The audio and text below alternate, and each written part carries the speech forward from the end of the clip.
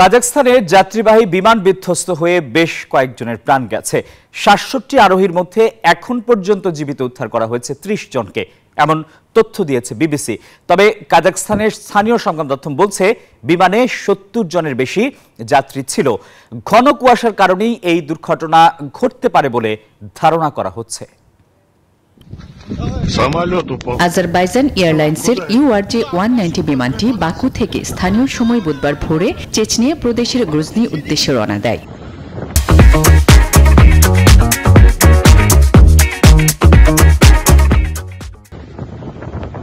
তবে ঘন কুয়াশার কারণে সেটির পথ ঘুরিয়ে দেওয়া হয়। পরে কাজাখস্তানের আকাউ শহরের কাছে নিয়ন্ত্রণ হারিয়ে যাত্রীবাহী প্লেনটি বিধ্বস্ত হয়। এতেই ঘটে এই হতাহতের ঘটনা।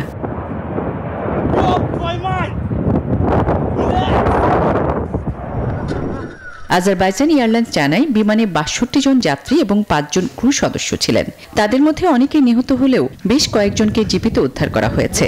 আহতদের চিকিৎসা চলছে। আসমাতুলি, নিউজ 24।